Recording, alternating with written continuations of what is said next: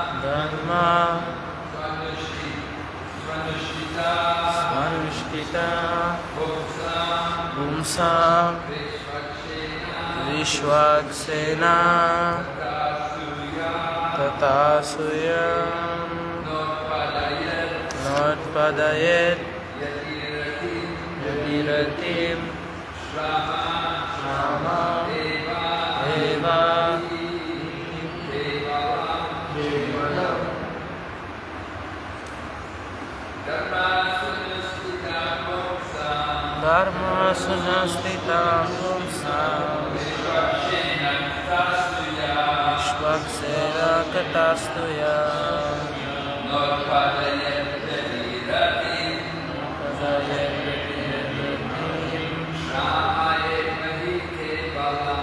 Rama eva hi kevala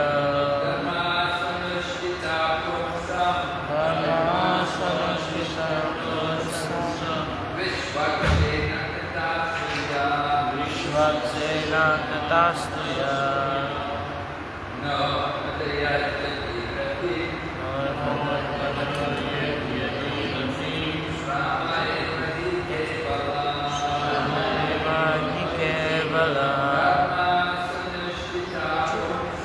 Nadma Swanashtita Vishvakshena Katastuya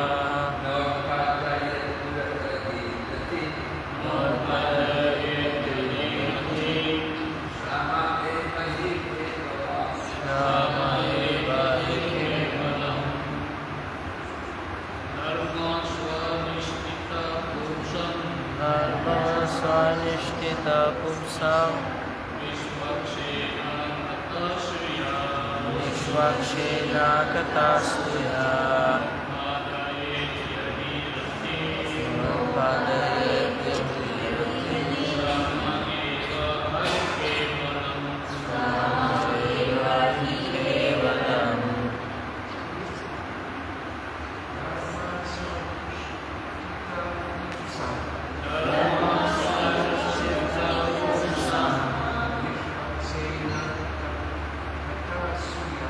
Vishvakshena Katastuya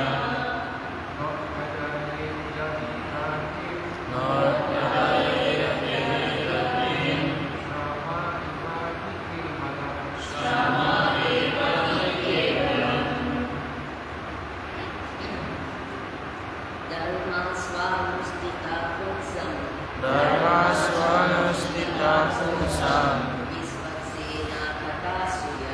Vishvaksena Katastuya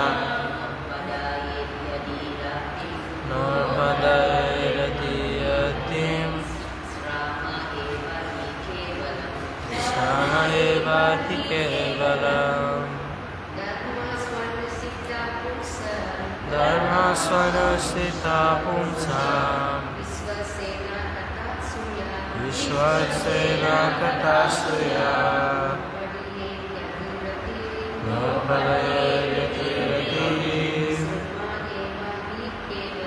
Sama eva hi kevalam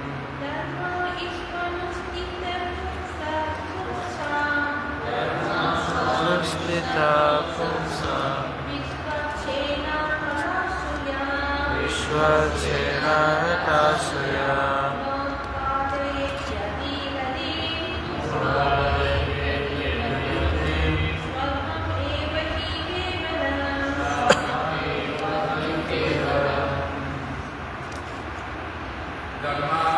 Dharma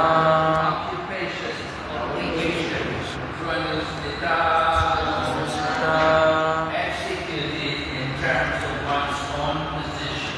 executed in terms of one's own position. Of humankind.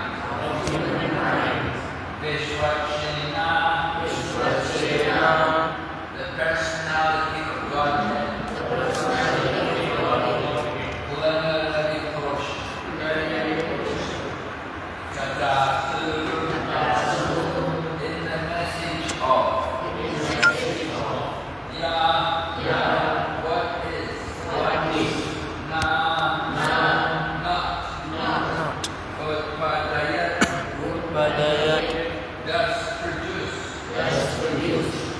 Yati, if Pratim, attraction, Shrama, useless labor, Eva, only, he, certainly, Kevalam, entirely,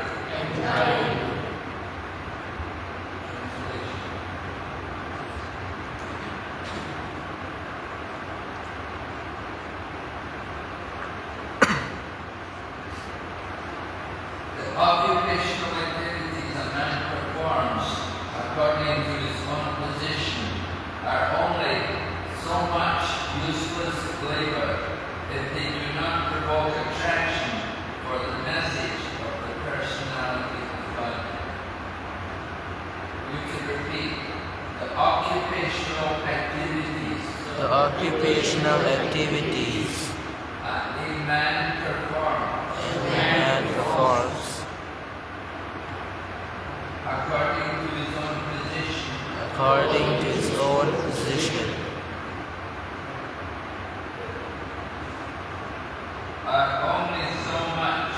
are only so much useless labor if they do not provoke attraction if they do not provoke attraction for the message for the message of the personality of God. of the personality of God. Performed by Srila Prabhupada. There are different occupational activities in terms of man's different conceptions of life.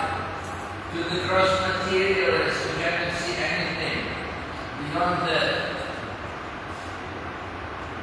gross material body, there is nothing beyond the senses. Therefore, his occupational activities are limited to concentrated and extended selfishness. Concentrated selfishness centers around the personal body. This is generally seen amongst the lower animals. Extended selfishness is manifested in human society and centers around the family, society, community, nation, and world with a view to gross bodily comfort. Above these gross materialists are the mental speculators who hover aloft in the mental spheres, and their occupational duties involve making poetry and philosophy or propagating some ism with the same aim of selfishness, limited to the body and the mind. But above the body and the mind is the dormant spirit soul, whose absence from the body makes the whole range of bodily and mental selfishness completely null and void. But less intelligent people have no information of the needs of the spirit soul. Because foolish people have no information of the soul and how it is beyond the purview of the body and mind, they are not satisfied in the performance of their occupational duties. The question of the satisfaction of the self is raised herein. The self is beyond the gross body and subtle mind. He is the potent active principle of the body and mind. Without knowing the need of the dormant soul, one cannot be happy simply by emolument of the body and mind. The body and the mind are but superfluous outer coverings of the spirit soul. The spirit soul's needs must be fulfilled.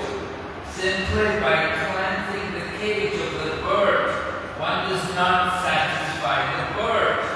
One must actually know the needs of the bird himself. The need of the spirit soul is that he wants to get out of the limited sphere of material bondage and fulfill his desire for complete freedom.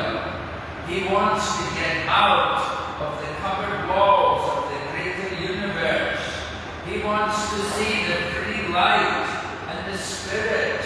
That complete freedom is achieved when he meets the complete spirit, the personality of Godhead.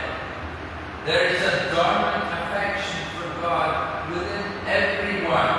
Spiritual existence is manifested through the gross body and mind in the form of perverted affection for gross and subtle matter. Therefore, we have to engage ourselves in occupational engagements that will evoke our divine consciousness.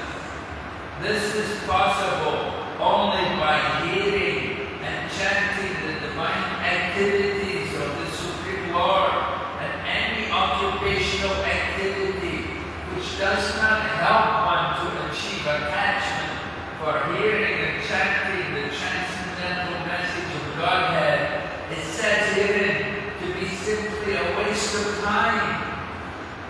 is because other occupational duties, whatever ism they may belong to, cannot give liberation to the soul.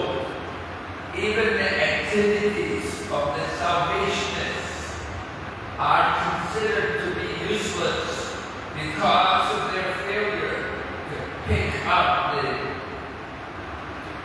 the fountainhead of all liberties. The gross materialist can practically see that his material gain is limited only to time and space, either in this world or in the other. Even if he goes up to the Swargaloka, he will find no permanent abode for his hankering soul. The hankering soul must be satisfied by the perfect scientific process of perfect devotional service.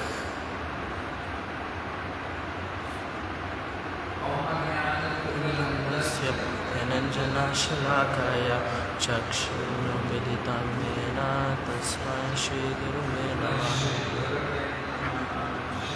Tanyamanobishtam Stapitam Yena Bhutale Sarvapakatamayam Dadati Shram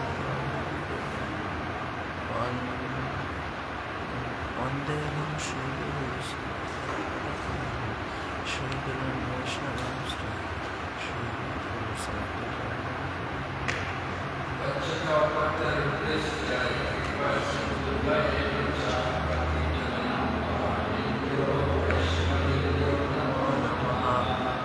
Jai Shri Krishna Chaitanya Prabhu Nityananda Shri Advaita Gadadhar Srivasadi Gaur Bhakta-vrinda Hare Krishna Krishna Krishna Hare Hare Hare Rama Rama Rama Hare Hare. So Sutta Goswami is speaking to the sages of Namaksharanya here in the second chapter of Srimad Bhagavatam. You remember in the first chapter, the sages had put 6 questions to Sutta Goswami. That whatever a person does, that if it does not provoke any attraction for hearing about the personality of Godhead, then it is simply useless labor. Right? Useless labor. The last section of the sloka said, Shrama eva hi kevala. Shrama meaning useless labor. Just like useless labor is if you try to husk if you try to beat the husks which are taken from rice, the rice is already taken out and you try to beat the husks, there's no more rice. Or if you take the sugar cane after they've already extracted all the juice and you chew it, then it will have no more taste. It's just simply useless labor. You're chewing, but there's no juice in it anymore. So in the same way, material life is compared to that. Dharma, our occupational duties, are just a waste of time if they don't fulfill the real purpose of life. So Srila Prabhupada talks, in the beginning of the purport, he talks about the different conceptions which people have about life. There are different platforms which everyone is on. Someone's on the bodily platform, the gross body, thinking himself to be the gross body. In other words, their life is not just centered around the senses. They think the goal of life is to fill the belly. And they think the goal of life is to defend their property. So Prabhupada said, this is only just like animal life. The animals also have that same kind of conception. Lower animals, their whole activities, all their business is centered around the body. They just want to enjoy the body, and they think there's nothing beyond the senses. Prabhupada would quote Charvaka Muni, the famous atheist, right? Charvaka Muni said, beg, borrow, or steal, but eat ghee. That's the goal of life. You should eat ghee, right? Even if you have to beg it, or borrow it, or steal it, somehow eat ghee. Then your life is successful. For some people, they think like that. They're thinking that's the goal of life. And then you've got other people who are a little bit different. They're more on the mental platform.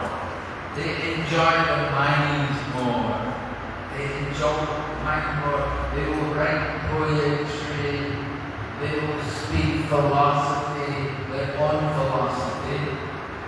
Not Vedic culture, but they will have their own philosophy, own opinions about everything.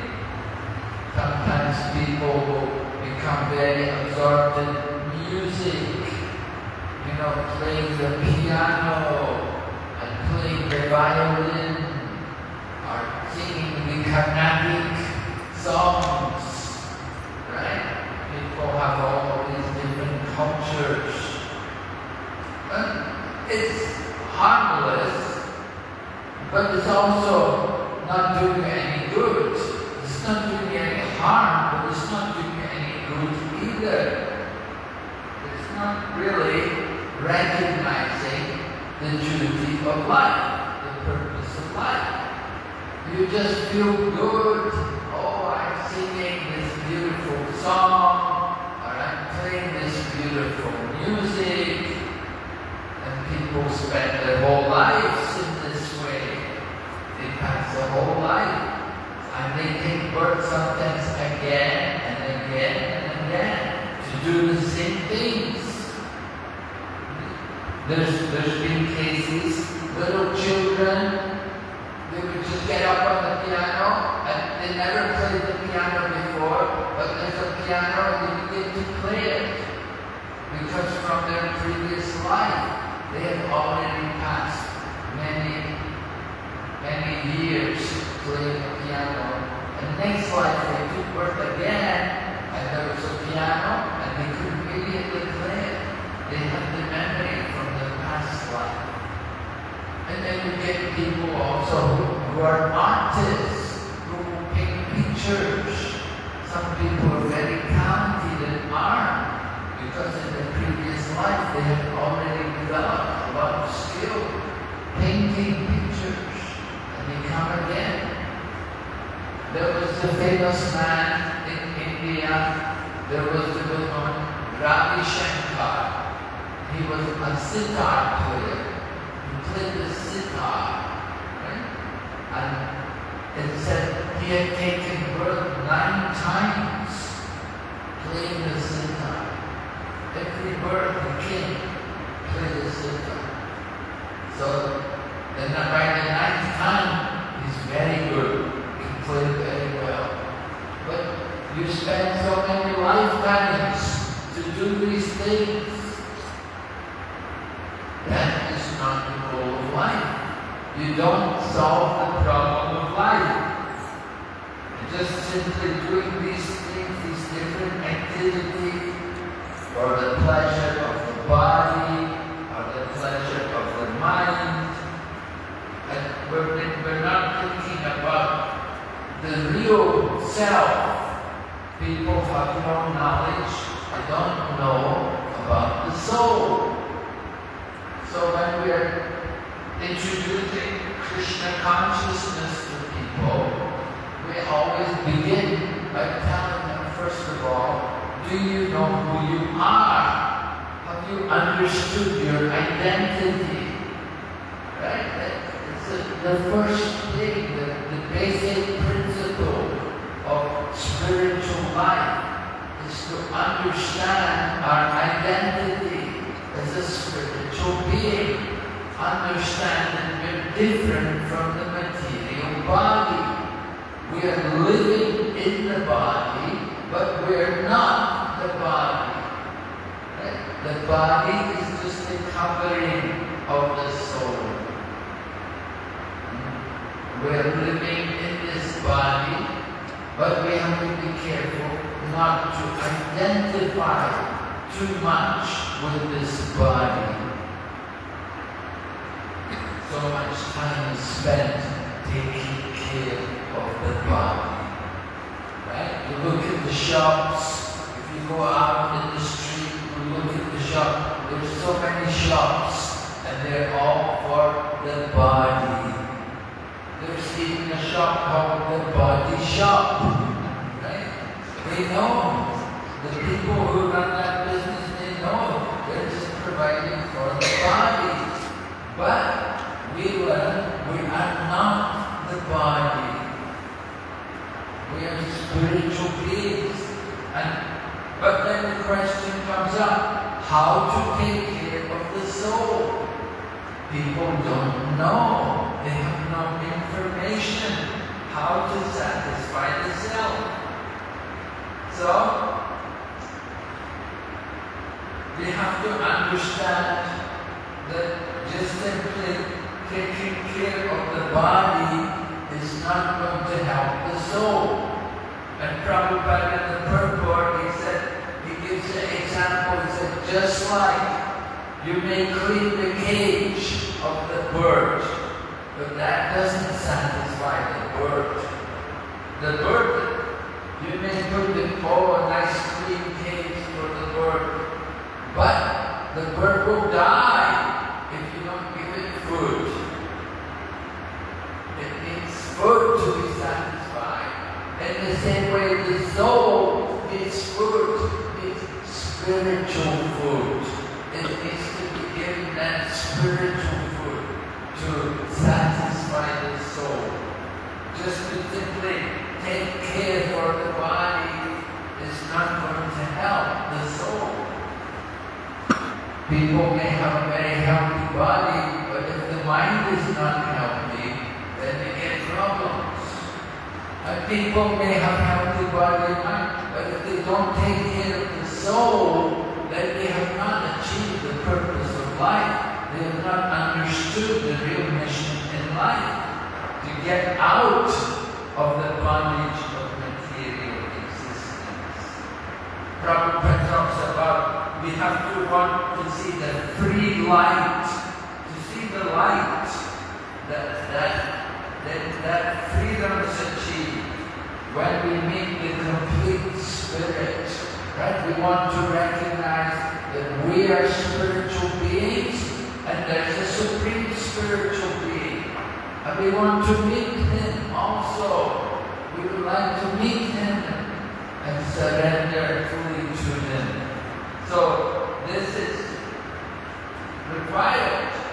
We have to cultivate this kind of knowledge to understand our purpose in life.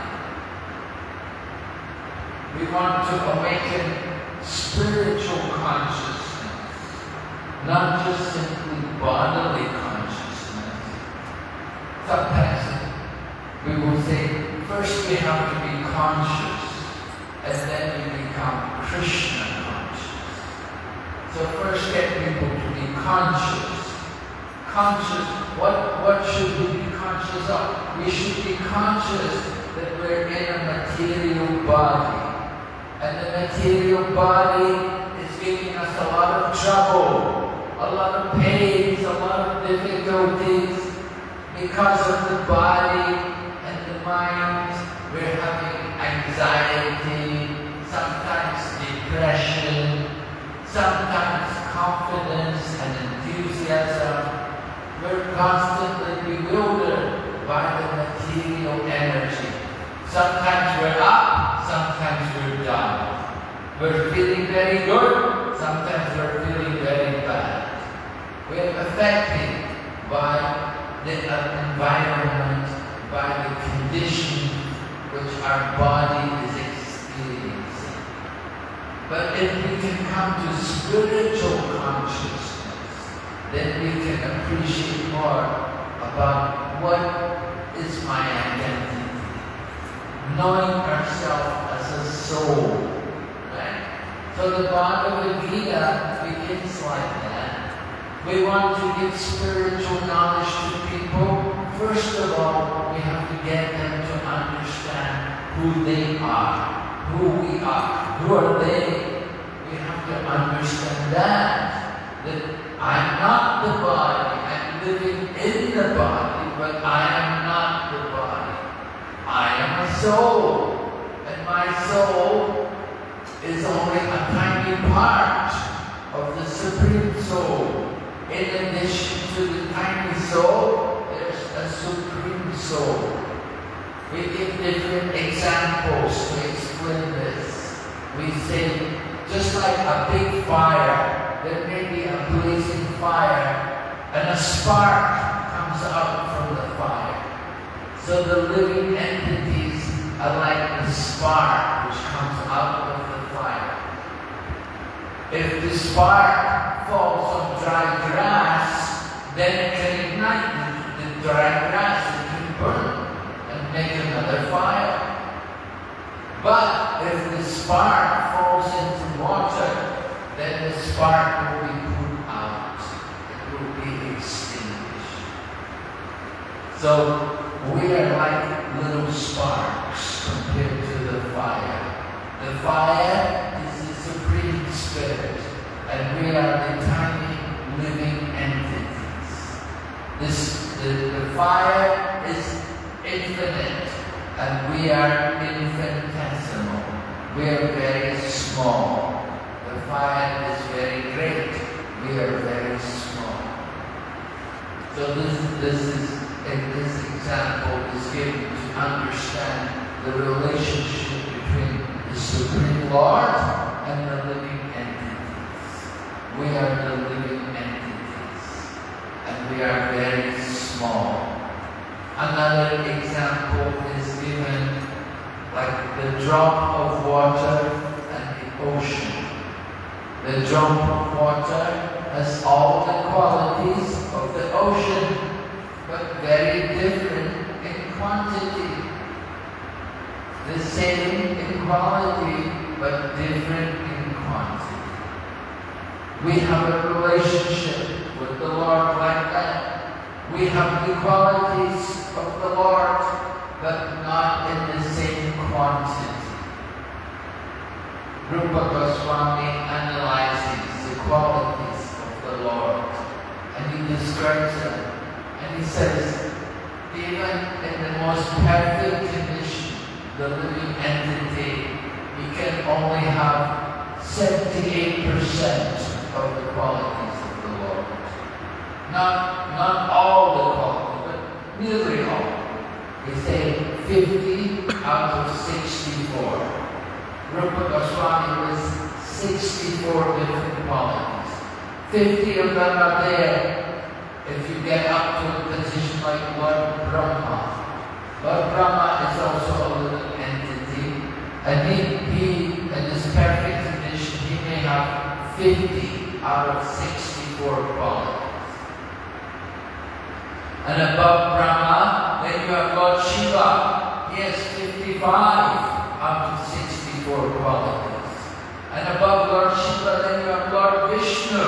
And Lord Vishnu has 60 out of 64 qualities. So, you can understand something, the supreme position of Lord Krishna. He is the supreme above everyone. And we are tiny compared to him. We have a relationship with him, and we want to understand that relationship. The relationship is basically, he is the master and we are the servant. He is the supreme. We are his subordinates. We are under him. Now, of course, when we hear that, because of our conditioned nature, Why should he always be the supreme? Why should we always be subordinate? Why should we be under him? That is the conditioned nature. We want to become the supreme. And some people even try to become God. Just like there were big demons. They tried to become God. They tried to control the world. There are many demons. They're trying to control the world. They're trying to get power. And they're trying to exploit everything in the world for their own pleasure. But they're never successful for very long. They all have to meet with death. We say, as sure as death. And death is certain. Right? For one taking birth, you have to die. Every one of us has to leave the body one day. So the demons are trying to control, but whatever control they have is very limited. They cannot control how long they will live. When the time comes, they have to leave the body. They have to die. Nobody wants to die. We don't want to die, but we cannot avoid it. We don't want to die because that is our actual nature as a spiritual being. When we understand our spiritual identity, then we don't die. For one who is in divine consciousness, there's no death. Because death is simply giving up one body to take another body. It's just a change of dress. Just like you change the dress. Yesterday you were dressed differently, today you come in a different dress. But you're the same. The same way, death. You give up one body, you take another body. It's just a change of dress. So one in divine consciousness is not bewildered by these things. Rather, he understands his nature as a spiritual being. He understands his relationship with the Supreme is based on love. It's not based on exploitation and putting terror into people. You better work for me or else. We have to understand God is not like that.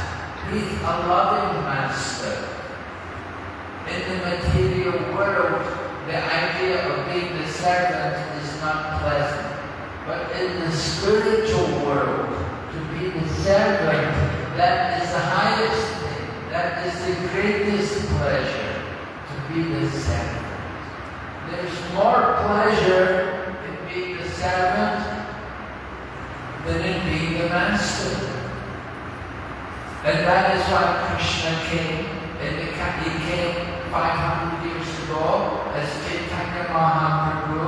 He came to experience the pleasure of being the servant.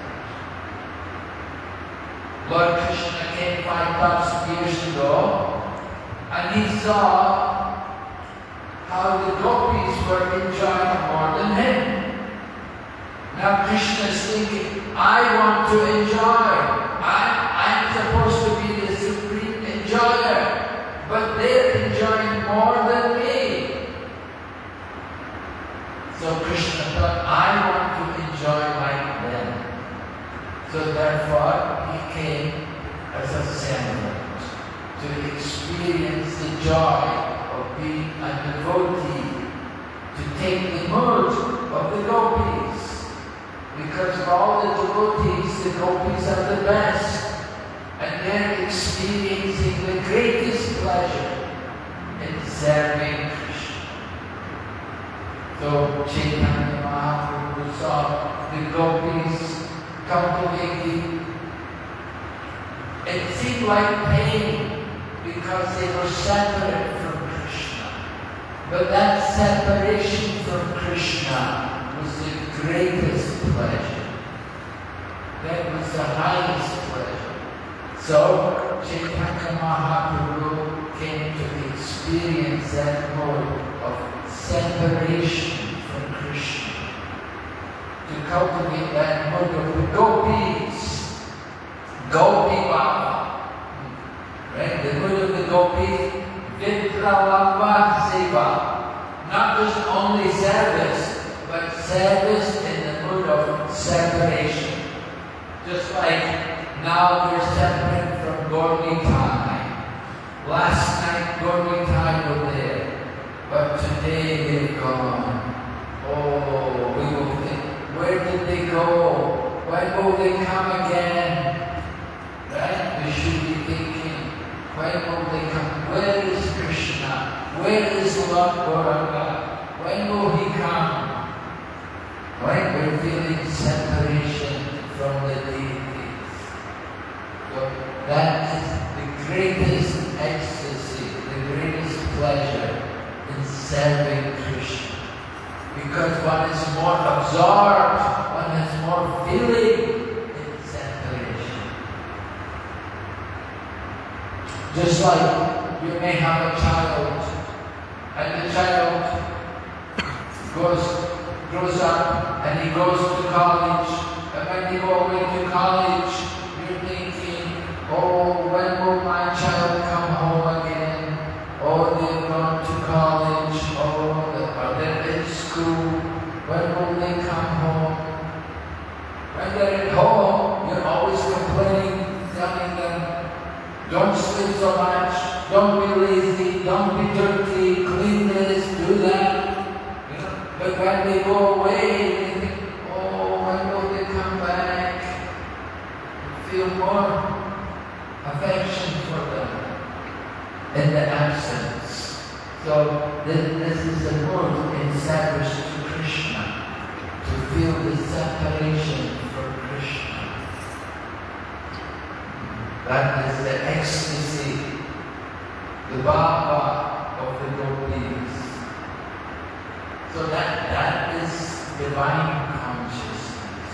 To have that kind of... Other devotees, they see Krishna everywhere. You can see Krishna everywhere. Krishna said, I am the tasted water, I am the light of the sun and the moon, I am the sun in ether, I am ability. Everything is Krishna. You can see Krishna everywhere. But that is the impersonal feature of Krishna. We want to feel the person Krishna, the person, not just the impersonal energy. Right? There's different features of God. There's the impersonal feature, the Brahman. There's the all-pervading feature, Paramatma, seeing God in everyone's heart, in the heart of everyone, Paramatma. But there is also Bhagavan, Swayam Bhagavan, Krishna, the person, the cowherd boy, the darling of Mother Yashoda. We want to see that person. We want to be with him and enjoy with him, take part in his loving dealings and his exchanges with the devotees. That is the ultimate pleasure. So in order to enter into this pastime of Krishna, we have to hear. We have to hear about Krishna regularly. We have to hear more and more.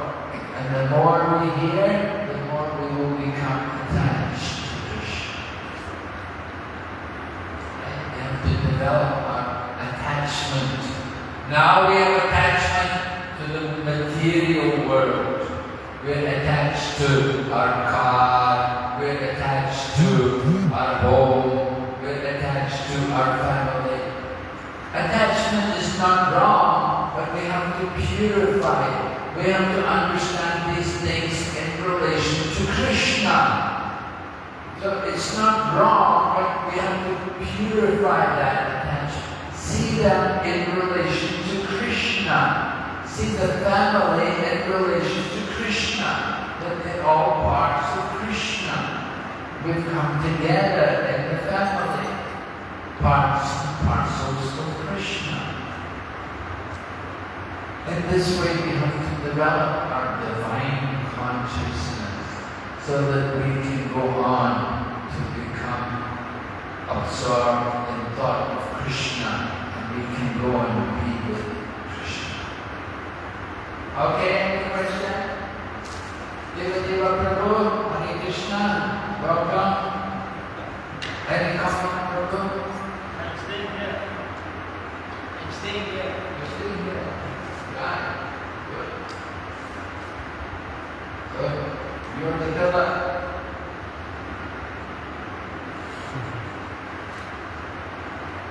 Anyone have any questions? Vimala Mataji? Any comment? Question?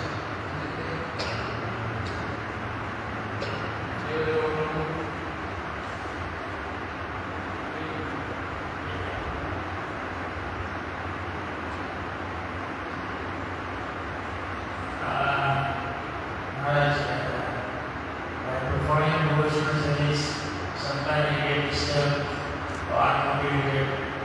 What to do? How to do? When you're performing devotional service, sometimes when you get disturbed, we get disturbed. By the service, so how to overcome? Well, we have to take shelter of Krishna, right? When we get disturbed, we should think, oh, I have to take shelter of Krishna. Why do we get disturbed? Because we forget Krishna. If we're thinking of Krishna, then there's no disturbance. The more we're thinking of Krishna, then there's no time for being disturbed. Krishna Suryasam Maya Haya Andika. Yahan Krishna Dhamnahi Maya Andika. Wherever we say Krishna is like the sun and Maya is the darkness. Wherever there is Krishna, there can be no Maya. So wherever there is Krishna, there may be disturbance, but that will be good. It will help us to remember Krishna more. Queen Kunti said, Vipadasana dasasva tatra tatra jagat garo bhavato dasanam yacha punar bhavadasana. Queen Kunti said, Vipada, calamities, let them happen again and again. Because the more there are calamities, the more I will remember Krishna. And remembering Krishna means I'll be no more burdened in death. So disturbances are a blessing from Krishna to bring us to remember Him, to call out His name, and to take more shelter of Him, to increase our remembrance of Krishna. Oh Krishna, thank you. Give me disturbance, disturb me. Thank you, Krishna. Krishna is very kind. Disturb me. Krishna said, when I am very merciful to someone, what do? I take everything away from them. Right? Take away everything. Take away all their attachments.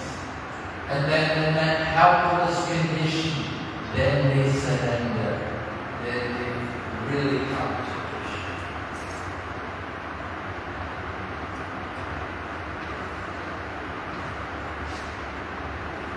Maharaj, when someone asks us why we believe Krishna or what does this verse say in our experience and religious knowledge to explain. And sometimes it feels as though, oh, that was a lousy explanation. Why did I say that? So, Maharaj, how do we do it to the best of our ability and at the same time that best is so say, oh, I can't cook, I just add salt and water and done, just sufficient. How do we reach a point where when we do emotional service, we sharing or explaining our experience or doing something, we do it to a level of a satisfactory level, how do we reach that stage where we say, okay, this is good work, this is just not just slipshod, or it's just not mediocre, it's not wrong. Do we actually think about such things or giving this kind of quality to Krishna? Or we just say, but you know, I with my Maharaj, how do we increase our quality of service? Sorry, it's not only first. Not really. How do we increase our quality of service? Yes. The more we increase our hearing and chanting, the more we increase the quality of our service. The more we increase our remembrance of Krishna. We want to progress. Rupa Goswami in Upadeshamrita is described 6 things which are good for progress. Right? Utsahan, Nischayat, Daryat, Tatat, Karma, Pravartana, Sangat, Sagat, Sato, Vrite, Satvir, Bhakti, Prasiddhiti. Right? Enthusiasm, patience, determination. Very important, these things. Enthusiasm. You have to have that enthusiasm. How to be enthusiastic? Just by being enthusiastic. You know? You may be in the kirtan, you may be the only person in the kirtan, but you can be enthusiastic. We were in the Jagannath temple the other morning, and there were only 2 or 3 people. But this one young lady, she was chanting and dancing so enthusiastically. I was surprised. Usually you have to have a lot of people, but there was only 2 or 3 ladies there. And this one young lady, she was so enthusiastic, you know. And the kirtan wasn't even a good kirtan, you know. The devotee wasn't a great kirtan leader, right? But she was so enthusiastic. You just have to be enthused. You can do it. If you just put aside your mind, don't hold on to your mind. You just have to take shelter of Krishna, and you can go.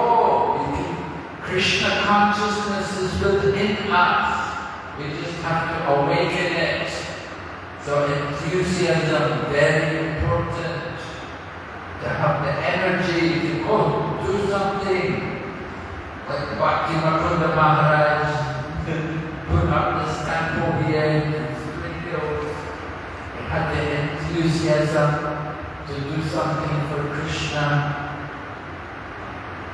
So that's important. Patience also required. It takes time. You want to get progress, you have to be patient. Right? You want to build a temple, it takes time. Doesn't happen immediately. It's going to take some time to develop. And so the same way our Krishna consciousness, the mango, just like the green mango, gradually it will become ripe. You just keep it connected to the tree, and gradually the green mango will become the red mango. So patience is important, and determination is also very important. That I'm going to do this. I'm determined I must do it. Even though it's difficult for me and I'm having my mind is resisting, and I'm not very good at getting up in the morning, and I often eat too much, and I'm lazy, but still I want to do it. I'm determined to do it. So when you have that determination, then that's very important. It's a big help to progress. I have to do this for Krishna. We've wasted so many lifetimes in the material world without Krishna consciousness. Now, I must give this one life for Krishna. So many other lives are wasted. Now I have to give this one life for Krishna. So that determination is important. And then, executing the regulated principles, like hearing and chanting. We have to do it every day. We have to sing the songs. Oh, we sing songs every day. Oh, every day, samsara dava. Everybody sing the same song. We have to meditate. It's a meditation. It's not just a song, singing a song, but it's a meditation we're doing. We're meditating. All the different songs we sing are meditation for our mind to remember Lord Krishna and our spiritual teachers, and to remember our relationship with these things. So, yeah, we meditate when we sing these songs. If you sit and meditate, just sit quiet, it's difficult. But when we sing the songs, it's easier to meditate. So, regulated principles like hearing and chanting, very important. And then association, get the right association with devotees, try to avoid the non-devotees, try to associate, be eager to associate with devotees. And association with devotee means hearing, chanting, putting on festivals, arranging programs, these things. Right? So, Utsahan nischayataya tat-sat-karma pravartana sangat-sangat sato-vrite shatyeva. Following in the footsteps of the great acharyas, following the example. How did they do it? This is Prabhupada's example. Prabhupada, he was in family life, but he was chanting, he was going to the temple, he'd take his children to the temple, trying to make his children also devotees.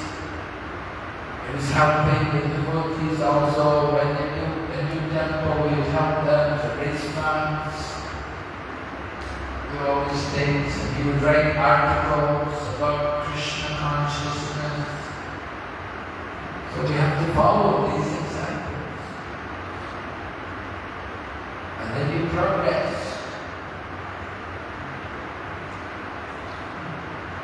Well, Prabhupada said, it's up to you how you practice the process. We cannot force you. I'm chanting. I never hear you chant. No, I'm chanting. Everybody we have to do our sadhana.